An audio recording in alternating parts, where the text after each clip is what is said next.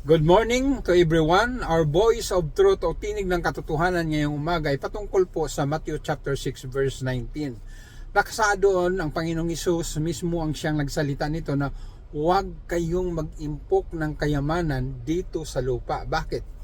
Mayroong kalawang, mayroong insekto, mayroong magnanakaw at marami pang iba.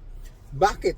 Nais ng Panginoong Hesus na makita natin ang malawak na pinsala pag mayroon kang kayamanan, kasi tuturuan kang maging mayabang, tuturuan kang maging mapagmalaki, tuturuan kang mapagmataas. Kaya nga dito sa ating pag-aaralan ngayon sa Matthew chapter 6 verse 19, pinapakita dito na kung may kayamanan ka, mayroon kang limpak-limpak na salapi, gamitin mo yan para matulungan ng iba. Tayo ka ng business para magkaroon ka ng maraming empleyado, matulungan mo sila sa kanilang hanap buhay. At yung iba ay tumulong.